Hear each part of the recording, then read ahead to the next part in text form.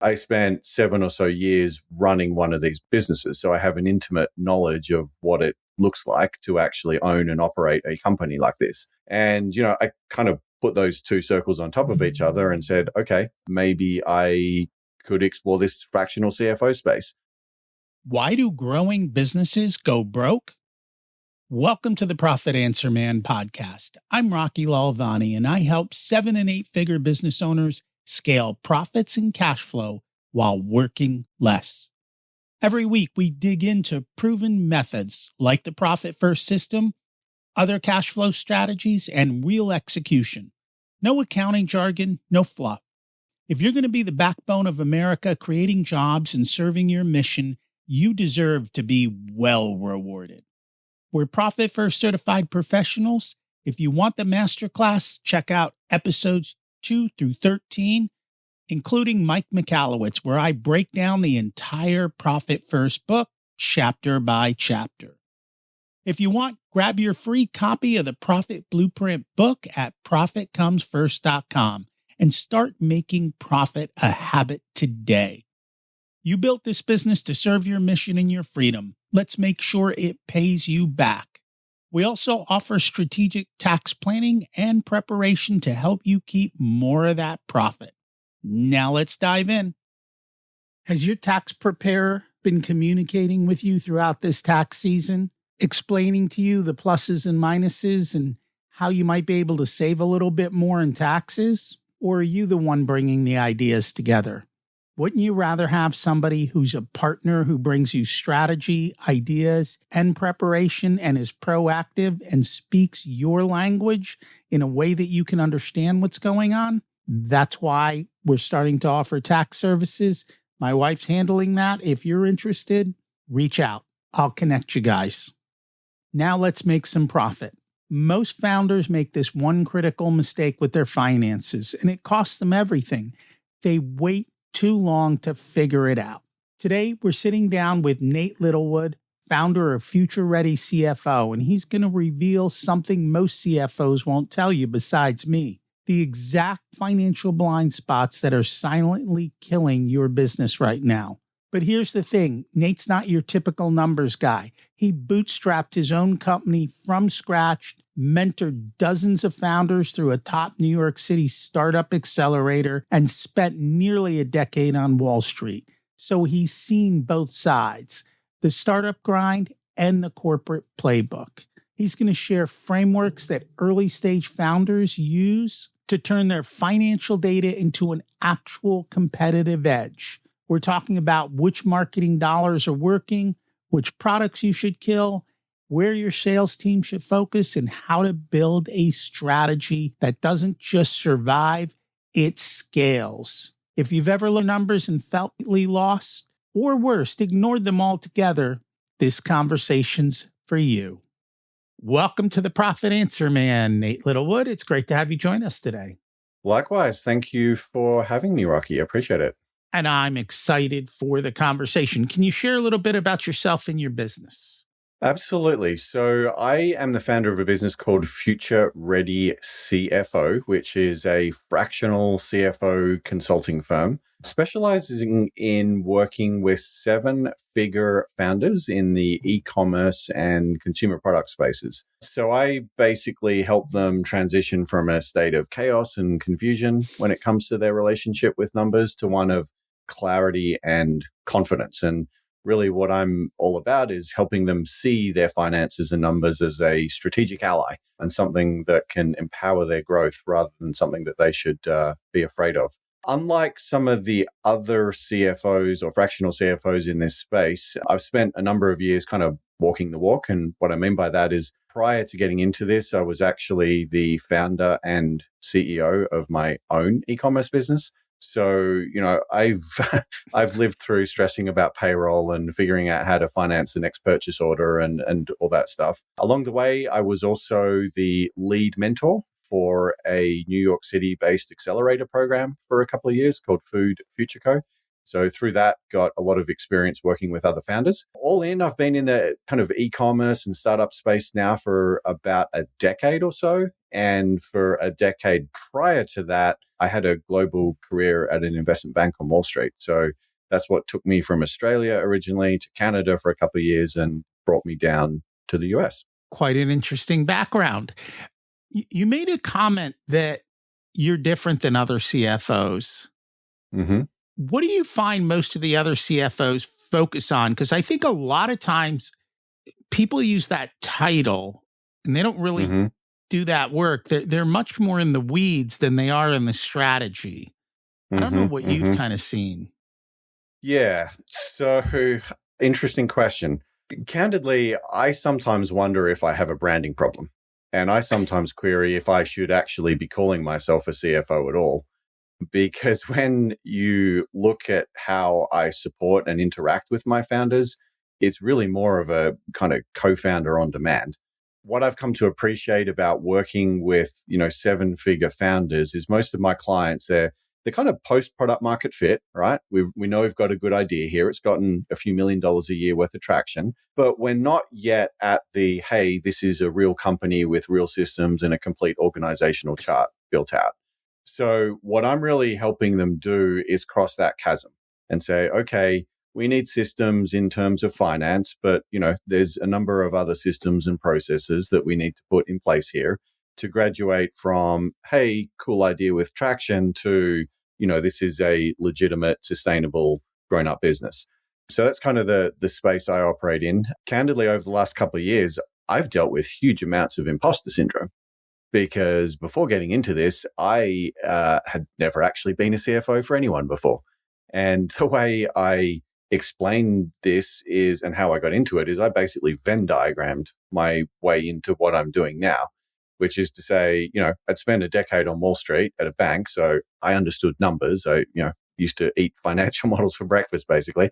And I spent 7 or so years running one of these businesses. So I have an intimate knowledge of what it looks like to actually own and operate a company like this. And, I kind of put those two circles on top of each other and said, okay, maybe I could explore this fractional CFO space. So, the model or approach to doing this that I've had, I think is certainly, it's not hardcore FP&A. It's not big company, financial analysis like an 8 or 9-figure brand would need. I'm, much more the co-founder wingman. It's kind of the role I play with working with these people. We're in the same boat, and that's why I'm asking you these questions.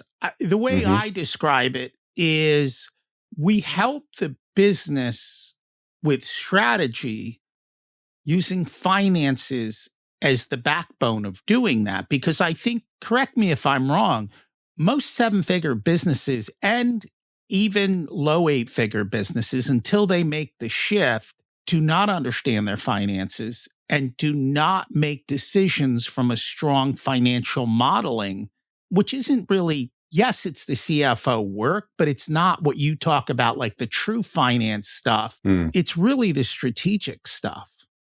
I agree. And I like the way you put that. To riff on that a little bit, I would add that one way I describe, the value I add to a lot of clients is that it's really about giving finances and numbers a voice, right? A lot of my clients, they might be product people. They might have strong instincts and brand, or, they understand the customer really well, but they're making these decisions that are starting to get bigger and bigger, riskier and riskier, with more and more zeros behind them. And the finance and data perspective isn't being incorporated into these decisions. So I'm kind of the guy that rocks up to these conversations about big, decision points and says, okay, this is what the numbers say we should do, or this is what the numbers are, trying to steer us towards.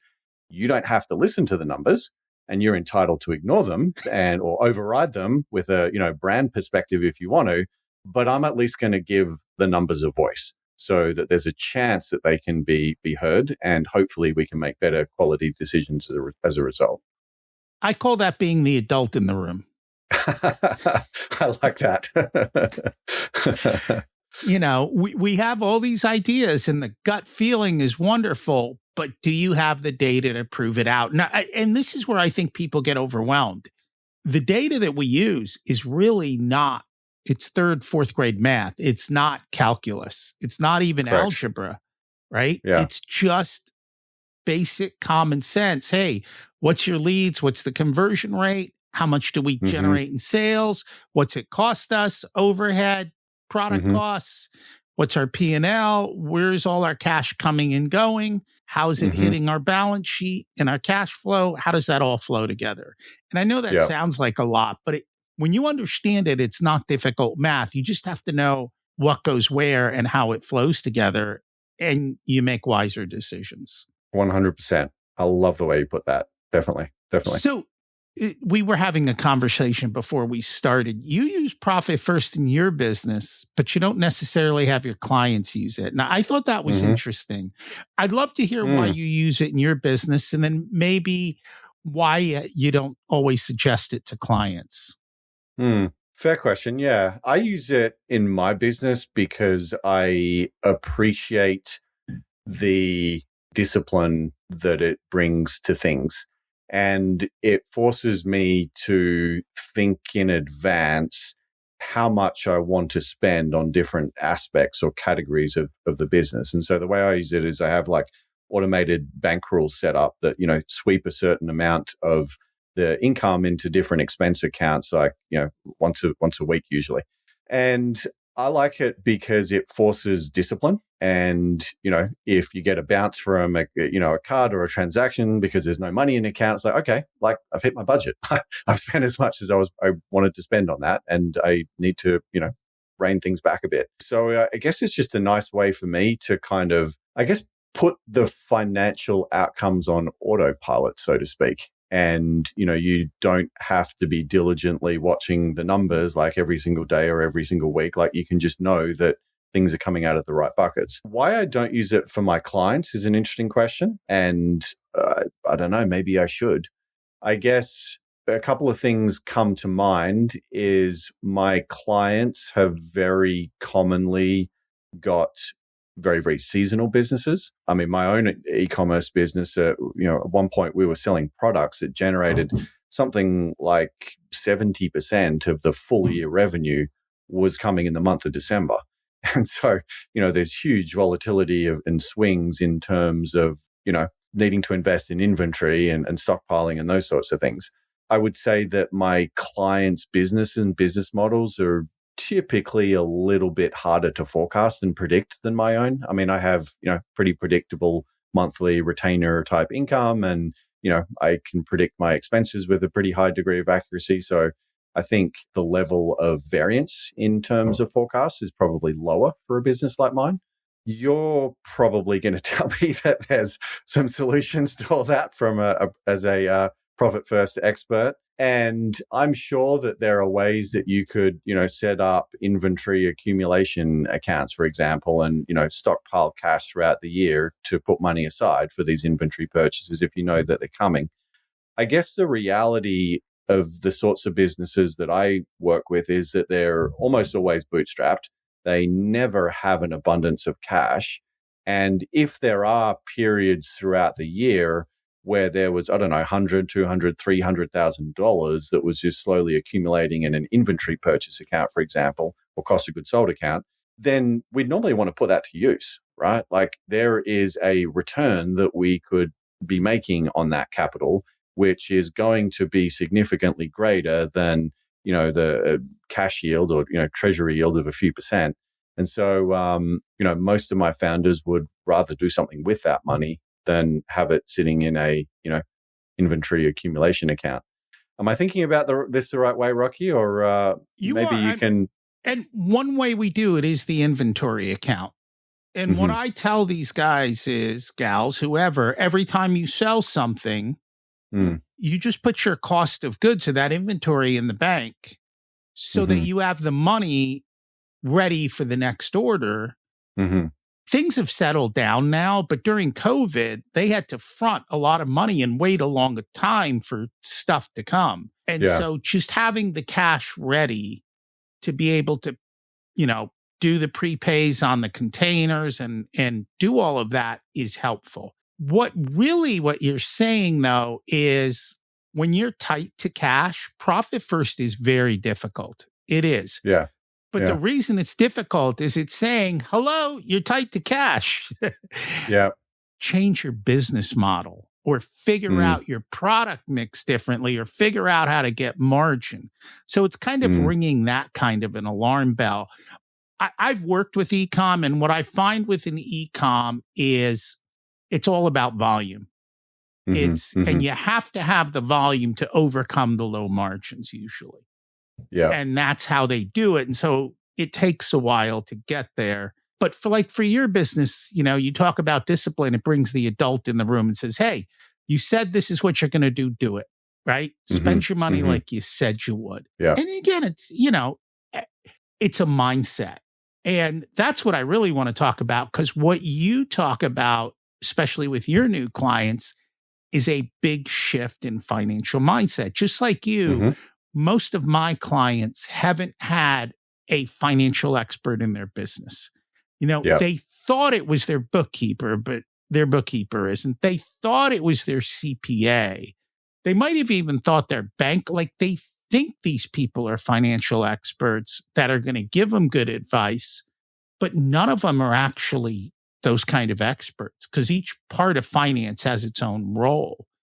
Yes. And I'd love to kind of unpack that of what you see with your clients, what their mindset is, how you shift it, how you deal with all of that. Yeah, absolutely. So I have a 4-phrase framework or a transition that I see a lot of founders going through. And basically, every founder I've come across, I can put them into one of these 4 phases. The first phase is what I call denial. And this is people who just refuse to interact with their financials. It's very common amongst, go ahead. 80%. 80%. Wow. Okay. Of business owners, maybe not those who show up, but 80% of business owners don't want to interact with their finances. Yeah. Yeah. So it's common. 80% is more than I would have guessed, but a lot. And I see it as particularly common amongst founders who are, the subject matter experts or the creators, the designers, the branding people, more creative in nature. And their general attitude is, hey, I know this might need to exist, but it's not my wheelhouse. It's not my specialty. Just make this problem go away from me. The problem with that is that the finances are going to continue to exist, whether or not you pay attention to them. The choice you have to make is whether or not you decide to interact with them and what sort of relationship you want to have with them. I am of the belief that a big part of the reason that people feel 80%, that, as you mentioned, 80% of people are in this denial phase is because of a concept called cognitive dissonance, which is that it's very hard for us humans to hold 2 conflicting narratives at the same time. For example, you can't walk around thinking, hey, I'm a good person, I've got high morals, and, I'm a decent human being, but also knowing that you're a shoplifter or a murderer, right? Because that would be a bad person. And I can't be a good person and a bad person at the same time. How this concept applies to a founder is a lot of founders want to believe that they have an amazing product. They're building this amazing company and look at all these cool things that we're doing. That's what they want to tell their community and network. But if the financials are telling a slightly different narrative, which might be, you're kind of mediocre to sucking right now. Things really aren't looking that great. It's just hard to internalize those 2 different narratives of the same business at the same time. And so the uncomfortable one, the one that makes us feel uneasy, the financial narrative, is more likely to be the one that we displace and try to push out of our focus. Anyway, the next stage that people move to, I call overwhelm. And this is where we've made an attempt to understand what's going on, but it was confusing. Too much going on, too much mumbo jumbo, too much terminology we don't understand. And we commonly go back to stage 1. And so we haven't really made any progress. This is very common when people try to do it themselves, and they don't have help and support and someone like you, to work with to get them, further along. But the next phase, phase 3, would be what I call the intrigue phase.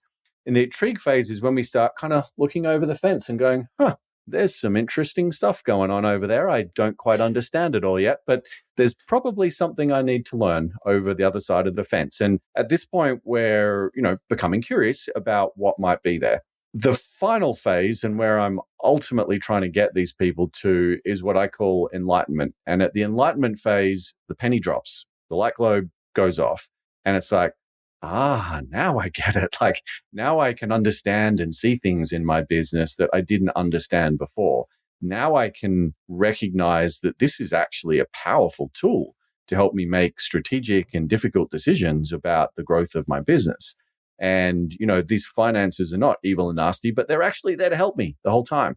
I just, needed to understand them better and how to utilize them. So that's the framework I work with. I come across a number of different archetypes of founders.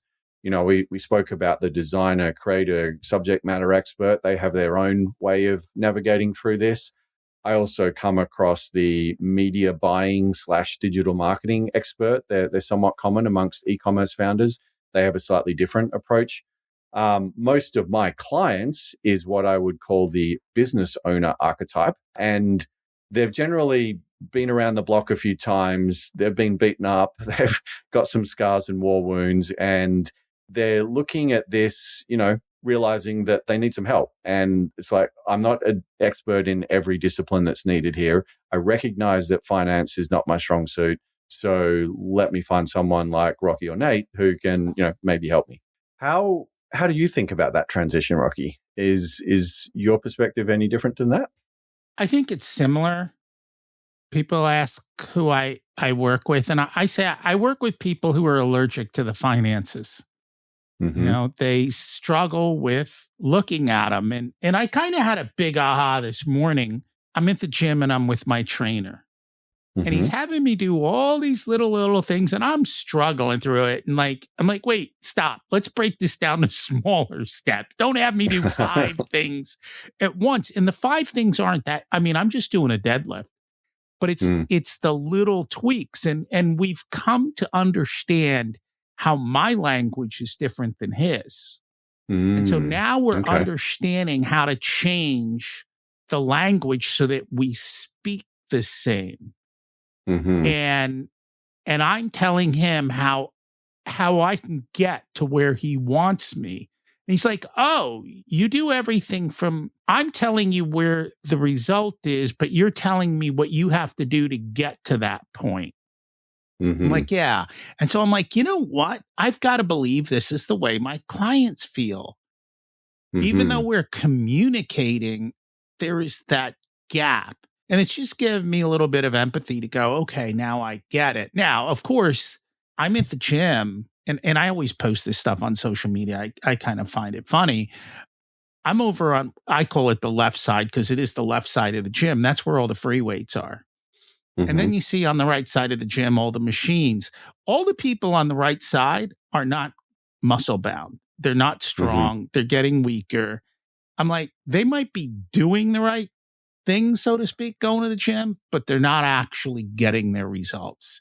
So they think they're working hard, but they're not getting the full benefit. And even me, even though I've been doing deadlifts forever, having somebody take me to the next level is going to dramatically shift how much more I get for very little extra effort just by changing the way I approach it. And so I think that's a big thing. And it's kind of what you're talking about. Each of the business owners is at a different place. What I find is that first 80%, they're not going to talk to us. They're going to just walk away because they're allergic. Until they have that bit of interest or until they've been beaten up enough that they want to change, that's when they're coming to us. And I can't tell you how many people I've talked to who've been 20 years in business who are like, oh my God, I could have really used you when I first started because I made so many mistakes that you would have prevented, and I now get it. And I'm like, yeah, but you wouldn't have listened back then. Yeah, you almost have to go through them. So yeah, I very much agree with what you're saying. I just don't know how to get more people to care that, hey, you're a business and the language of business is finance. And either you figure it out or you get somebody to do it for you. either one works. But at the end of the day, if you're not understanding the language of business, you're burning cash. And that's why I think so many businesses fail. I appreciate your perspective on that. And I wanted to offer some thoughts on it. You mentioned just now, you don't know how, it's hard to get people to care about this stuff. And you've got a legitimate reason. And I'm obviously, you're preaching to the converted here. Like, I get it. Right. In my experience, I'm not sure that you can get people to care. I think they have to have their own reason for caring, and they have to have encountered their own version of pain before they become receptive to listening to someone like you or me. In my world, that means that, they're stressed about their pay. They're not paying themselves enough. They're getting whatever, $30,000, $40,000 a year for running a 7-figure business. They've got some version of cash flow pain that they've encountered. I've taken a lot of sales calls with, 20-something-year-old first-time founders, entrepreneurs. I haven't closed a single one of them. I'm sitting there, as a guy who's trying to give them advice and, direction. They don't want to listen. They like, no, I need to go do this myself. I want to make my own mistakes. Oh, okay. I think that they have too much confidence. They haven't had enough time to make mistakes and experience enough pain yet. And I agree with you on that.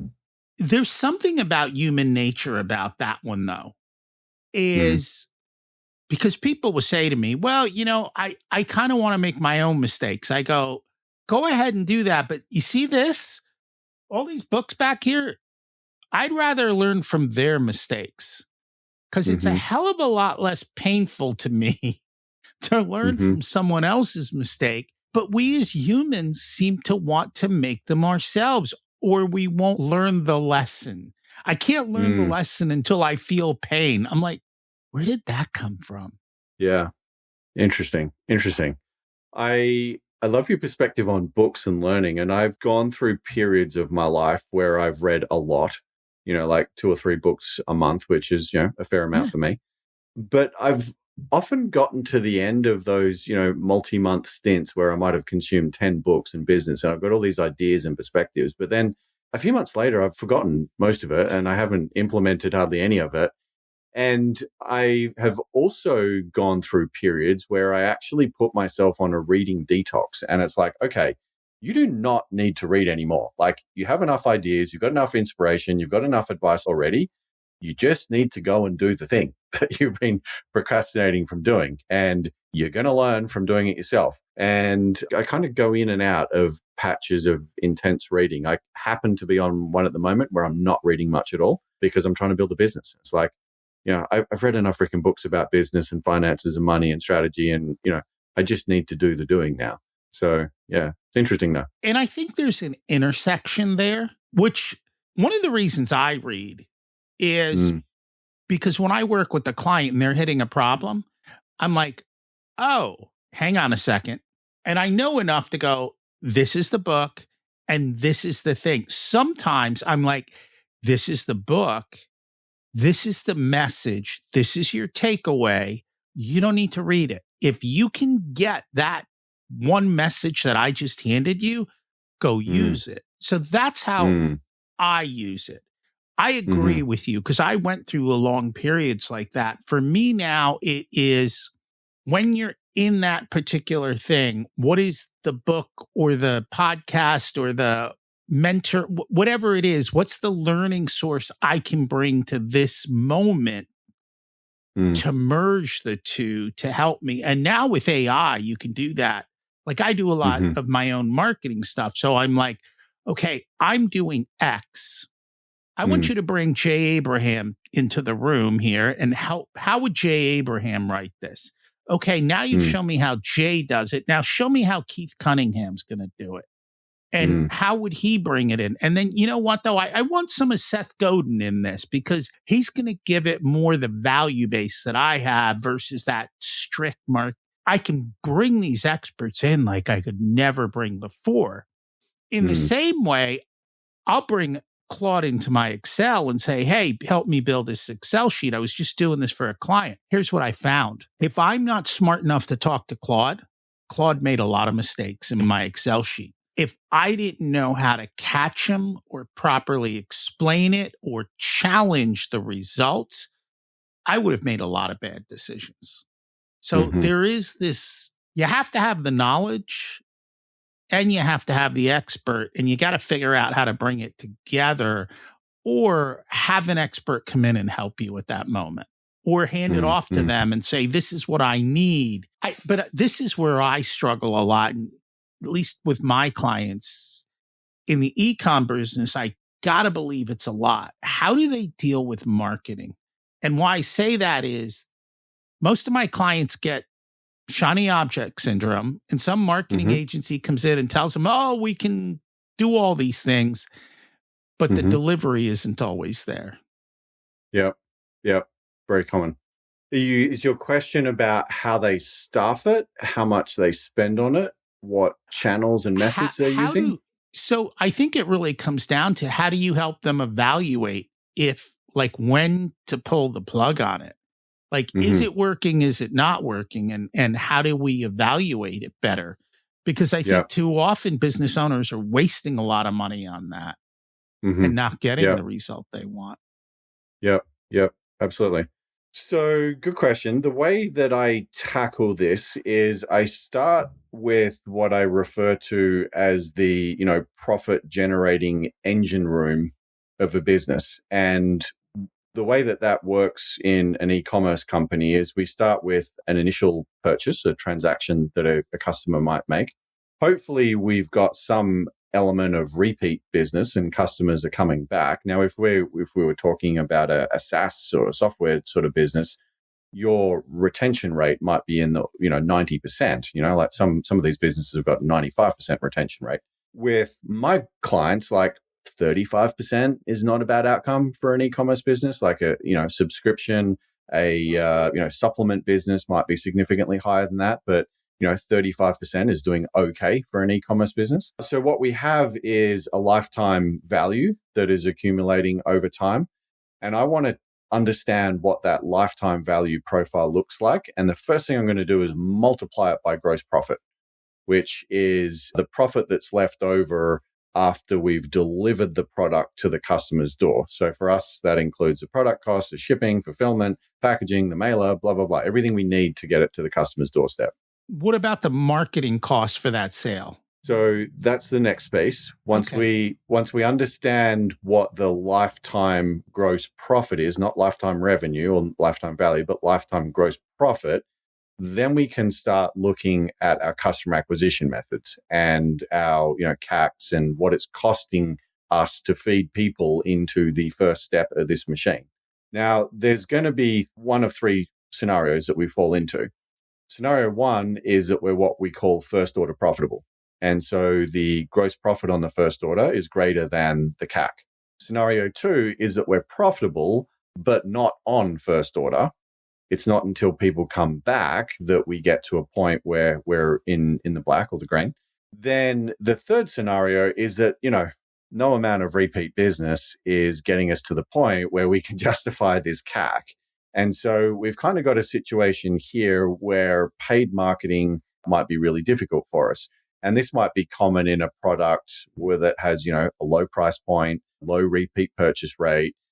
If you've only got $20, $30 worth of lifetime gross profit, it's very unlikely that you're going to be able to build a profitable business through Google or Meta. So we look at all this and we understand what may or may not be profitable in terms of, paid customer acquisition. And then we have to kind of build out a portfolio of other marketing and customer acquisition strategies to supplement that, which might be, some element of retention marketing to improve, repeat purchase rates. We might need to do affiliate. We might need to do, content creators and influencer marketing as well. So it's really about kind of building out an ecosystem of marketing efforts that can feed new customers into what is hopefully a long-term profitable, LTGP situation. Does that make sense? It makes total sense to me. My question to you is, do most of your clients know how to do that before you work with them? No, none of them do. Okay. And that's what I would have expected, is that they don't. This is the math we're talking. This is where we started at the beginning. This is the kind of math that needs to be done. And I know you said this is all e-com. I'm going to tell you something. It's true of any damn business. It doesn't matter what kind of business it is. The only difference is what you talked about. Hey, what's my repeat rate? If I'm selling roofs, it's a 1, right? Yeah. If I'm selling something else, it might be a bit more often. It really depends on the particular type of service that you're doing or what you're offering is, what that looks like. And it's understanding what all of that is so that you can make the appropriate choices. And then you talked about gross profit, and we tell all of our clients, I want you to focus on gross profit as your focus, not revenue, because you can't run your company on revenue. You run your company on gross profit. That's what it's got to cost you to do all the business stuff of overhead, including paying yourself. And so if that's not occurring, it's a gross profit problem. And there are different levers to fix gross profit. But the other reason I like that is, and you can take e-com, and it's probably very true in e-com. I have an $8 million business. I can afford that. I'm like, well, actually, your gross profit's $1 million. So you have $1 million business. Start behaving like $1 million business and not an $8 million business, because you really don't have $8 million. And that little perspective shift, I think for a lot of people is big. Yeah, I like that. Very true. Is there, I know we could go on for hours, but is there anything else you wanted to touch base on today, or points that we left open that we should kind of close the loop on? Well, thinking about this from an e-com perspective, I would just point out that we spend probably a lot more time than you do on profitability, one measure below gross profit. We have a concept called contribution margin, which is a gross profit less the customer acquisition spend, which is, typically Meta, Google, TikTok ad spend, basically. So that's kind of an acknowledgement that for a lot of these businesses, the engine of driving customers, and you kind of need to bake it into your cost of goods sold, right? Like, you don't have a business unless you have a way of pushing customers into the top of your funnel. And unfortunately, these platforms have gotten to a point where they control the traffic, and you need to basically bake their cost of customer acquisition into a number that we spend a lot of time with, which is contribution margin. So, yeah. We always break out sales and marketing cost as a separate driver, and we look at it. Again, my businesses are all over. Some don't have a big driver to it, some do. So if that's a big driver, we're more cognizant of it. And then, of course, that's coming into the picture. And then the question is, are we actually getting a return on that sales and marketing? Is this channel working versus that channel? This advertising versus that advertising? All of those different things is which one, and are they attracting the right type of buyer? So we're just doing it slightly, same concept, slightly different. Yeah. I hear you. And so, yes, all of those things are, which reminded me, the world of SEO and marketing is changing. It used to be a world owned by Google. Today, if you're not teaching AI how to recommend your product, I'm starting to see stuff come out that if AI recommends a product, it goes from Google's 2 or 3% conversion rate up to like 15, 20, 30, 40% conversion rates. But you've got to now refocus everything on teaching AI why your particular product or service is the one that should get recommended. And there's a whole art and science to that. And in the world of business, you're constantly shifting and changing and absolutely seeing what happens. Totally. I think, to, again, riff off that idea a little bit, something that I'm fascinated by, especially in the consumer product space, is how AI is removing the barrier to entry for marketing and branding. Once upon a time, the world of product developers was kind of split into the haves and have-nots in terms of people who knew how to do ad creative and copywriting and do a cool photo shoot and make sexy looking ads that people wanted to click on. And there was part of this industry and some of the founders and companies who knew that and knew how to do it well. And then there were parts who didn't. And the parts who didn't either had small businesses or they focused on Amazon or they focused on wholesale. They couldn't build these strong direct-to-consumer brands. What AI is doing is removing that barrier to entry. And it's now enabling a lot of people who couldn't do marketing before to now do marketing. And we're moving to a world where, Zuckerberg and his buddies are really just going to be, selling clicks to the highest bidder because there will be more competition enabled by AI. The price of these clicks is going to go up. And I think marketing is no longer going to be a thing that brands differentiate themselves on. It's not going to be the thing that determines winners and losers like it was 5 or 10 years ago. So we got to ask ourselves, what is going to be the thing that differentiates the winners and losers? What happens if marketing is not the thing that, separates the pack? And where this thought has taken me to, I'd love to get your opinion on this as well, but I'm really bullish on product as the marketing tool. How can your product be so good that it markets itself? How can your product be so amazing that you don't need an ad or an email to get people to come back? People are going to come back on their own without being reminded by something popping up in their Instagram feed.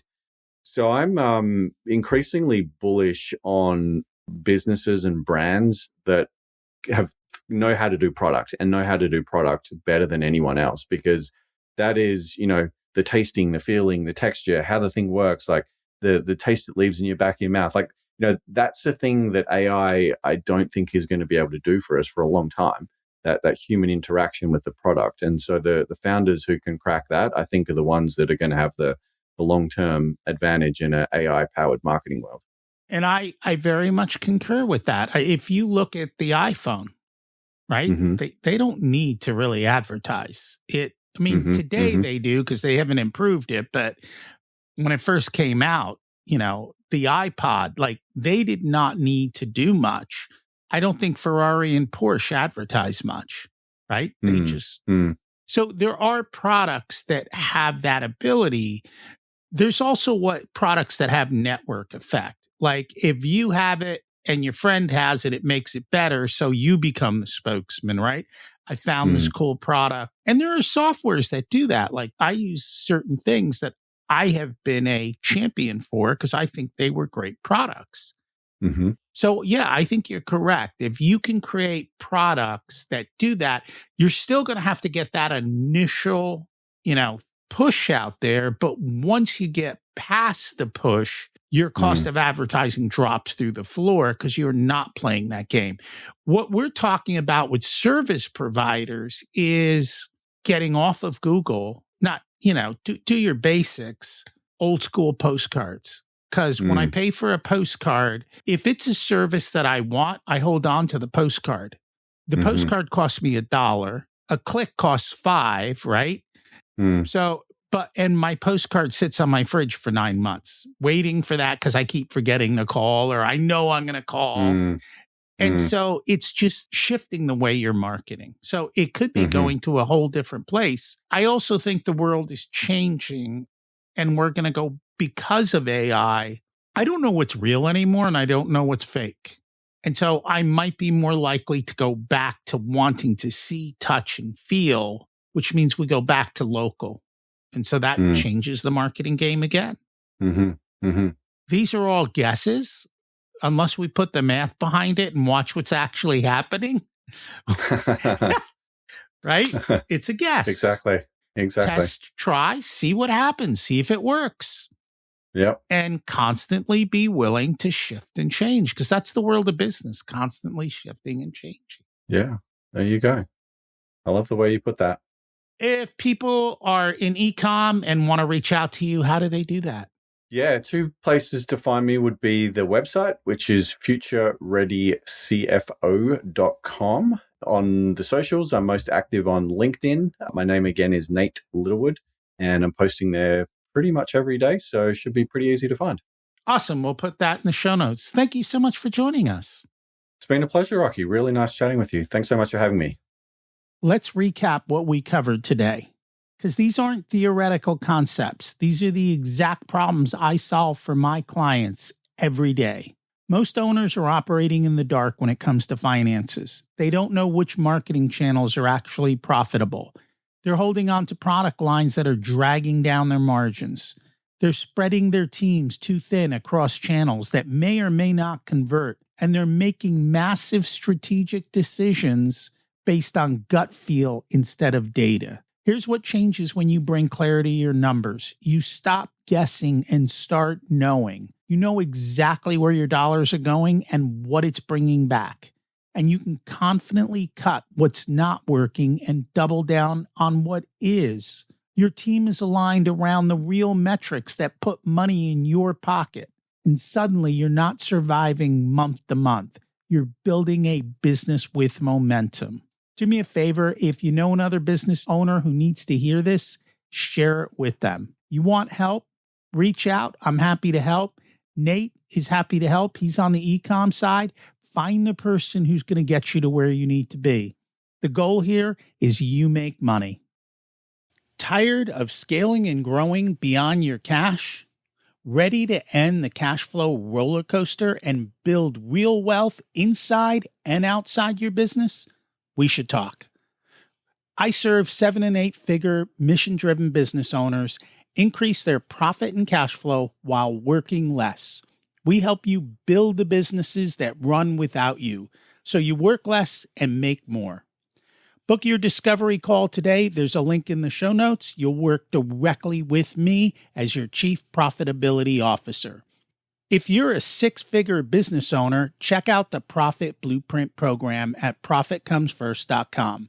It's your guided path to mastering your numbers with my assistance at an affordable investment for your revenue. Check out my other podcast, Richer Soul. It covers leading yourself and building the ultimate life in business. There's also a link in the show notes. Thanks for listening to the podcast, where revenue is vanity, profit is sanity, and cash is king. Have a profitable week.